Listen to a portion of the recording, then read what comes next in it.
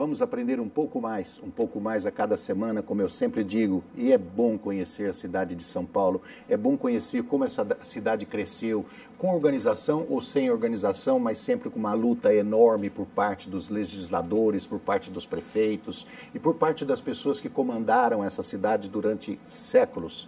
Nós precisamos conhecer um pouco mais da história desse comando. Nós vamos conversar hoje com o professor de História da Unesp, Alexandre Hecker, que ele faz parte, escreveu o capítulo 3 da História das Legislaturas Contemporâneas, livro 3, e também escreveu um artigo sobre o 4º centenário da cidade de São Paulo, que está no livro 2.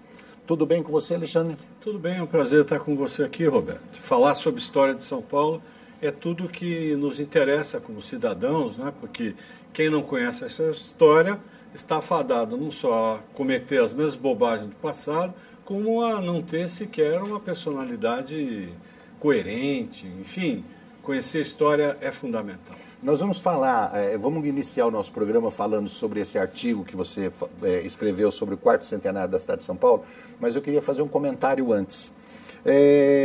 Digamos que mais de 50% das pessoas, não só da cidade de São Paulo, mas do Brasil, do mundo inteiro, não sabe exatamente o que é uma Câmara Municipal, né? 50% talvez seja um percentual muito alto. Estou sendo otimista? Não é muito otimista. Hoje mesmo conversava com umas pessoas no prédio em que eu moro, funcionários dali, não é?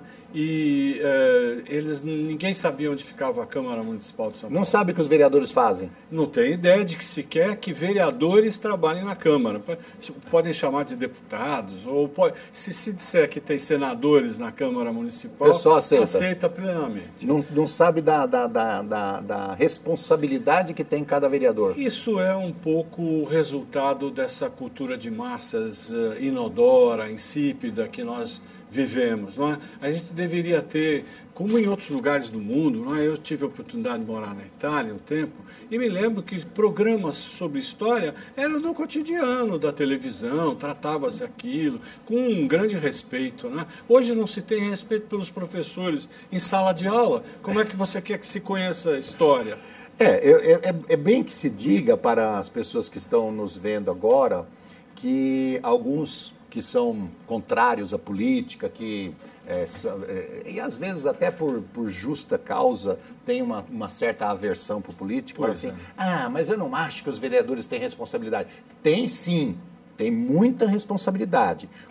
Cabe a ele cumprir ou não essa responsabilidade. Mas que ele tem.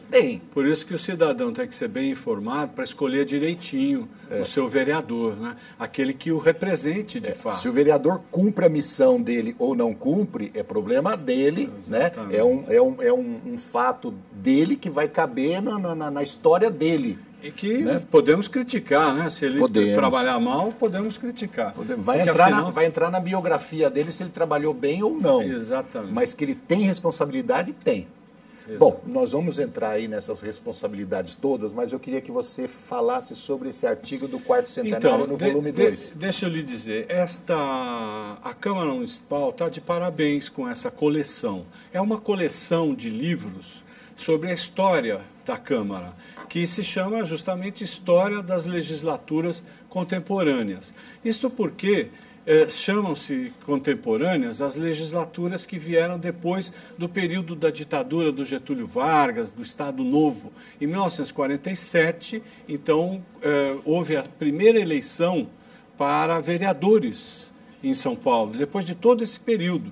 E aí tivemos a primeira legislatura, depois a segunda, a terceira, Então a Câmara já publicou 4 livros. Eu organizei o terceiro e participei muito da organização também do segundo. O segundo pega, antes de 56... Pega a segunda legislatura. Pega o suicídio de Getúlio Vargas em 54. Exato. Que deve ter sido um momento muito crítico. E pega para a história de São Paulo, e aqui então eu queria puxar justamente um trabalho específico que fiz, pega o 4º centenário, porque a segunda legislatura vai de 51 até 55.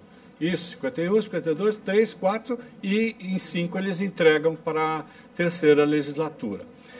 É um momento crucial para a história de São Paulo, até do ponto de vista simbólico, porque nós tínhamos em São Paulo mais ou menos duas grandes vertentes culturais que nos anos 50 viveram uma espécie de embate. E um embate muito interessante, porque em 53 foi eleito pela primeira vez na história de São Paulo, eleito de verdade pela população, o Jânio Quadros, o prefeito de São Paulo, que entre 53 e 54, logo ele se candidatou a governador do Estado, e aí passou. O governo do Estado foi o único mandato que ele começou e terminou na vida dele, porque todos os demais ele renunciou. Mas em 53 foi eleito prefeito de São Paulo, e junto com um projeto muito interessante do Partido Socialista Brasileiro, que o apoiava. Então eram homens muito sensíveis, como o engenheiro Caetano Álvares, que é uma grande avenida de São Paulo nos dias de hoje, né?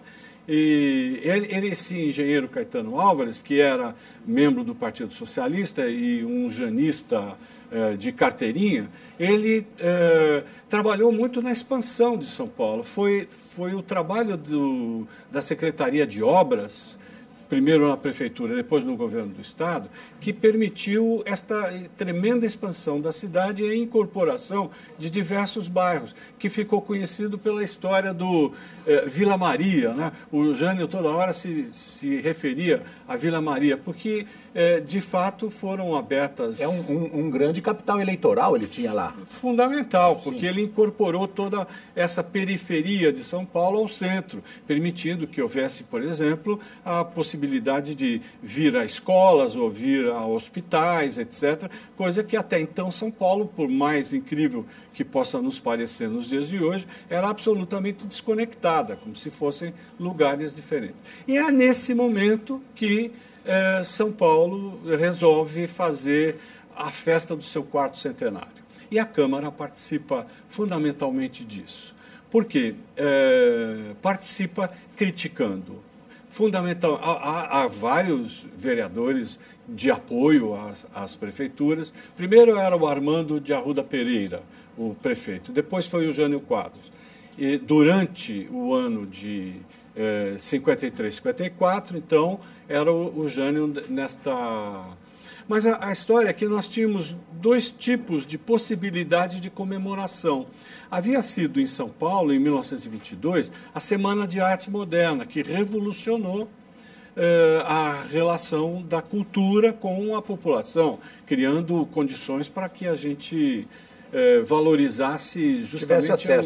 Tivesse acesso e valorizasse o que era brasileiro propriamente dito, né? Toda aquela cultura ligada a Oswald de Andrade, Mário de Andrade, os paulistas intelectuais que fizeram o sucesso disso. E era muito, digamos, apesar de ser bastante intelectual, tinha uma relação com a população de valorizar a população.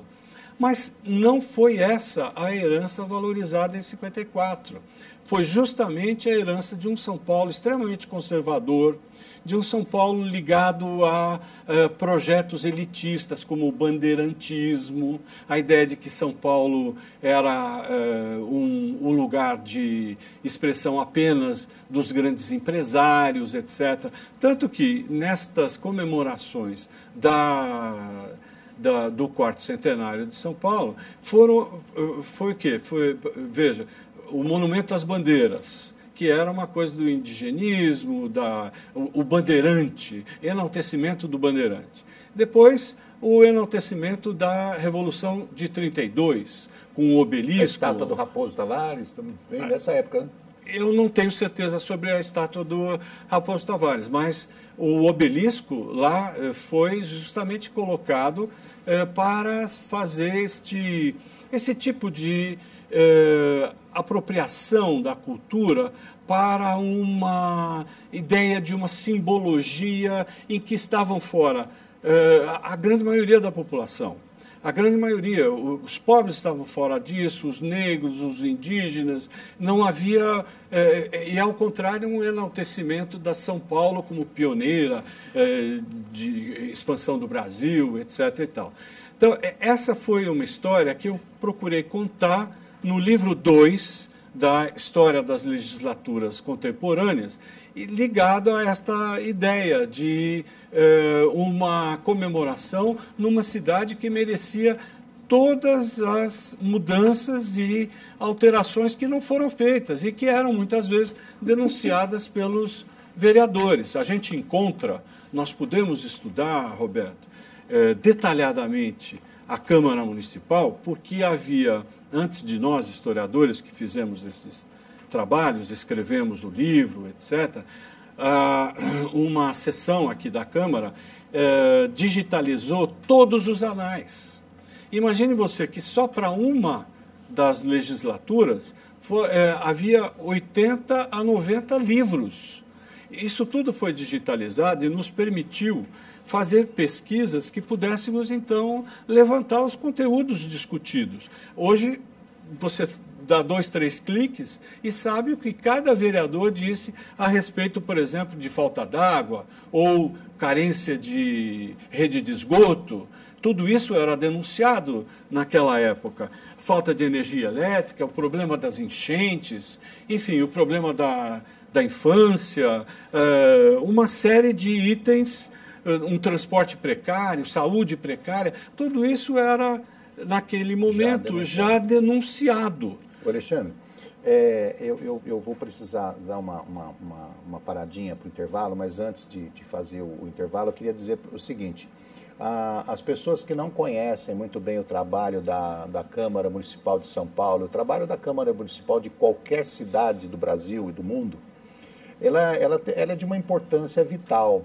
Ela vai desde uma coisa pequena, mínima, como colocar o nome de uma rua, né? Fazer agradecimento a uma determinada autoridade, enaltecer o trabalho de alguém, até fazer a previsão, a aprovação do orçamento do prefeito.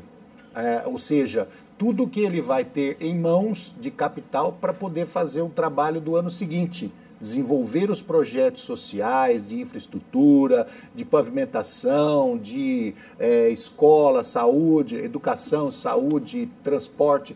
Tudo isso está na mão da Câmara Municipal em aprovar esse orçamento ou não. Ela vai dizer se o prefeito vai ter condições de fazer isso ou não. E depois, há espetacular trabalho de vigilância de sair do uso desse orçamento. Exato. Então, o trabalho da Câmara Municipal é de suma importância para o desenvolvimento da cidade.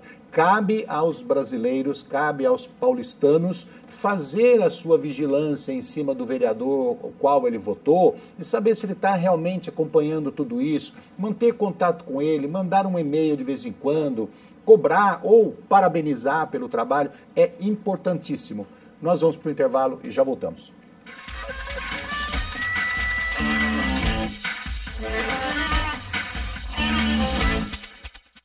Olá, estamos de volta com o programa Capítulo à Parte, hoje conversando com o professor de História da Unesp, o Alexandre Hecker, que é organizador. Exato. E também escreveu o 3º capítulo do livro Histórias das Legislaturas Contemporâneas. É um livro importantíssimo para quem gosta de história, para quem gosta de acompanhar a evolução da cidade de São Paulo, para quem gosta de política, quem quer saber o que aconteceu nos anos de 1956 a 59, lê o capítulo 3, mas tem o capítulo 2, capítulo 1, que falam de legislaturas anteriores e tem os posteriores a esse. Exato. Aqui. E está disponível, não é? É só clicar no link da Câmara. Para acessar os livros da História das Legislaturas Contemporâneas, você entra no site da Câmara, câmara.sp.gov.br, repetindo, câmara.sp.gov.br/memória/pasta/publicações. Você tem acesso à história completa das legislaturas de São Paulo. Alexandre, eu começar aqui na página 27, aqui está dizendo aqui que a infância tinha, a Câmara Municipal tinha uma preocupação com a infância. Exato. É interessante isso, né? Eu li uma parte aqui dizendo o seguinte: a menina se queimou lá, teve um acidente lá na vila tal, a Câmara Municipal anunciou o fato Isso, Exato. nessa época, eles chegavam a esse limite de contato com a população? Então, na verdade, eu tive muito prazer em organizar esse livro, porque pude chamar colegas extremamente especialistas nos assuntos que eles trataram, escreveram para os capítulos aqui. Por exemplo, nesse caso que você citou, eu pude contar com o auxílio e com a redação da professora Esmeralda Moura, da USP, da História USP, que é uma especialista em História da Infância. Ela tem diversos livros publicados sobre esse assunto e ela que escreveu este capítulo sobre a infância. Se dedicou... Ela fez uma pesquisa da relação da Câmara Municipal com a infância nesta época. O tratamento da infância nessa época. A conclusão a que ela chega não é tão auspiciosa. Evidentemente, a Câmara poderia ter tido muito mais cuidado do que teve no passado com a infância. Nós tínhamos meninos de rua já naquele tempo e era uma cidade bem menor. Então, lendo o capítulo, a gente percebe essas contradições entre os grandes interesses políticos e a vida da população da cidade, etc., que era bastante precária. Então, neste livro, a gente tem, por exemplo, um artigo sobre moradia, que é um artigo muito interessante, um artigo sobre abastecimento, da professora Marília Schneider, muito interessante também. Temos um artigo sobre a questão da moradia em São Paulo, do Antônio Celso Ferreira, que é meu colega na Unesp. Todos os autores no livro são doutores especialistas nos temas que eles trataram. Que eles foram. Então, agora, isso é muito interessante. Nós temos mais, por exemplo, eu pude tratar, eu também, de certa maneira, sou especialista na questão da história política, sobretudo a história ligada ao desenvolvimento de projetos de esquerda, etc., e eu pude fazer um longo capítulo neste terceiro volume, dando um balanço... Que é o capítulo 3. Que é o capítulo 3, justamente, Roberto, dando um balanço sobre algo que sequer existe, não existia. Eu digo assim, eu elogio em boca própria vitupério, você sabe. Mas eu me dediquei durante meses para escrever este capítulo, este longo capítulo, procurando fazer um panorama da história política do município durante toda a década de 50, coisa que você não encontra na bibliografia. Você não encontra isso pronto. Alexandre, deixa eu dar um recado, pessoal. Se alguém ler o livro, entrar no site da Câmara, começar a acompanhar o livro 1, 2 e 3, e principalmente entrar no capítulo 3 do livro 3, e gostar das anotações, se tiver alguma crítica a fazer para o Alexandre Hecker, você pode depois passar um e-mail para ele. É FA Hecker, que eu vou pronunciar, FA Hecker, que é HECKER, FA Hecker, @uol.com.br. Você pode passar uma mensagem para o Alexandre, que ele provavelmente vai dar uma olhada, com certeza vai dar uma olhada, vai responder. Certamente.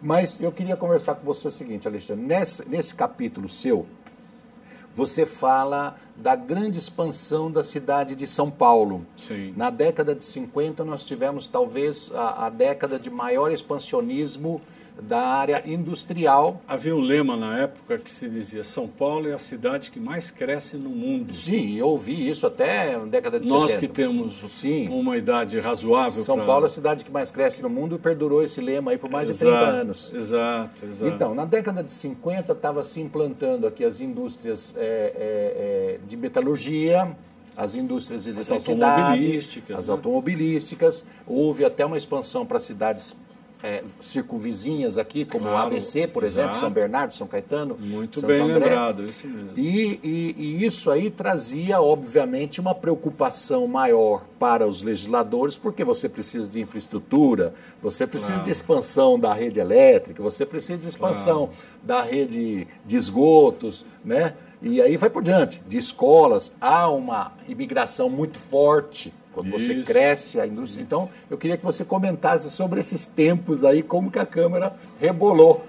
Pois é. Justamente esse é o trabalho facilitado pela pesquisa hoje em dia.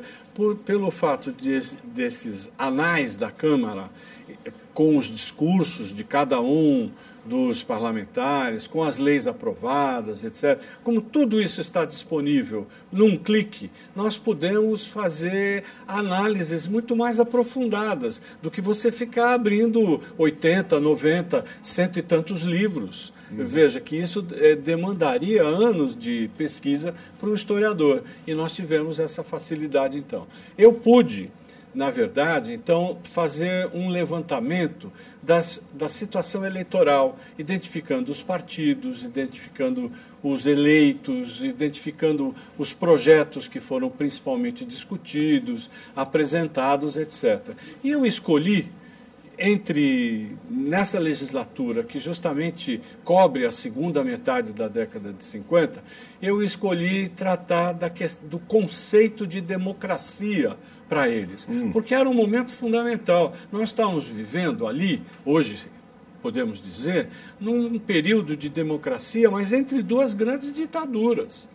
Era a UDN na época?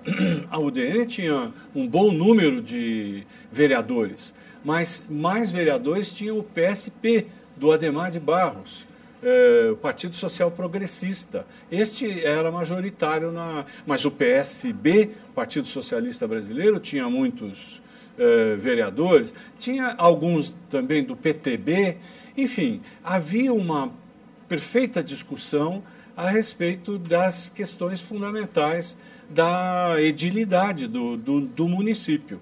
Mas o curioso, Roberto, e eu adoraria que todos os vereadores tivessem um exemplar desse, até mesmo em papel, que eles guardassem, para perceber... Dá uma folheada de vez em quando. Dá uma folheada e perceber como os temas daquele momento são os nossos grandes problemas hoje. Isso eu queria que você citasse. Então, quais as manifestações dos vereadores na época sobre o que estava faltando? E você falou, faltava luz, faltava água, faltava médico, faltava isso. Como é que é? Mais ou menos as mesmas coisas que nós temos hoje. Isso. Essas dificuldades que nós temos hoje. O curioso é que você pode se perguntar, alguém que já tenha mais intimidade com os estudos de história política, pode dizer, mas a Câmara de Vereadores dos anos 50 não era uma instituição mais conservadora, digamos assim, no sentido de que aprovasse tudo que o Executivo, o prefeito, fizesse, não era mais subserviente? E isso a gente pode perceber que não. Que nós tínhamos já um organismo vivo de denúncia das questões de São Paulo. Já tínhamos naquele momento. É bem verdade que isso era incentivado pelos partidos que eram oposição ao prefeito do momento. Mas isso até hoje sempre foi, sempre será. Claro. Os partidos de oposição, eles sempre fomentam mais discussões no sentido do que está faltando. Exato. Então, é nesses interstícios das relações políticas que você encontra os problemas de fato da cidade. Então, esses que eu citei, como, por exemplo, a questão você falou da infância, mas a questão da moradia, a questão da dificuldade dos hospitais. Na época, pouco antes tinha sido inaugurado o Hospital das Clínicas, mas ainda não havia essa disponibilidade de leitos que hoje até temos em maior quantidade. Mas, enfim, há um momento muito forte de discussão da cidadania e do qual é o significado de democracia. E isso a gente pode acompanhar justamente por este levantamento que eu procurei fazer nesse capítulo. Mas já não era pequena, né, Alexandre? Porque você está citando aqui que na eleição de 1954, São Paulo já tinha 2.053 sessões eleitorais, sim, espalhadas em 618 edifícios, e aí com mais de 3 milhões de habitantes na cidade de São Paulo. Quer dizer, já era uma cidade enorme. Pois hoje no Brasil, muitas capitais ainda hoje não têm 3 milhões de habitantes. Exato. Né? Então já era uma incumbência, já era uma responsabilidade enorme, já tinha que se discutir mesmo em questão de grande porte. Nós estamos indo para o final, hein? Sim. Dá o seu recado. Não, então, a ideia é que que a história tem que estar ligada ao momento em que vivemos hoje. E, nesse sentido, os trabalhos que a Câmara permitiu fazer, esta história das legislaturas, elas se inserem exatamente nesse momento. Quer dizer, estudando história não é para que se faça coleção de ideias que não valem mais. É bom conhecer. É justamente a conexão entre os problemas que temos hoje e a possibilidade de resolvê-los. Okay. Este é o assunto fundamental desses livros, que eu recomendo muitíssimo e me coloco à disposição de quem quiser discutir os temas apresentados aí, através do meu e-mail. Nós conversamos com o Alexandre Hecker, que é professor de História da Unesp e escreveu o 3º capítulo do livro 3 da História das Legislaturas Contemporâneas da Câmara Municipal de São Paulo, Política de São Paulo, muito importante para o conhecimento das pessoas que gostam de história, de política. Alexandre, eu agradeço o seu trabalho, eu agradeço por ter vindo aqui. É um prazer ter estado com você e espero que tenhamos desdobramentos disso. Conversamos muitas vezes sobre história. Quero saber, mudou alguma coisa? Hoje é professor ou continua sendo psor? Sou professor hoje em dia. Continuo. Eu ia falar sobre psor. Obrigado a você de casa que esteve conosco no programa Capítulo à Parte. Nós te esperamos na próxima semana. Um abraço, até lá.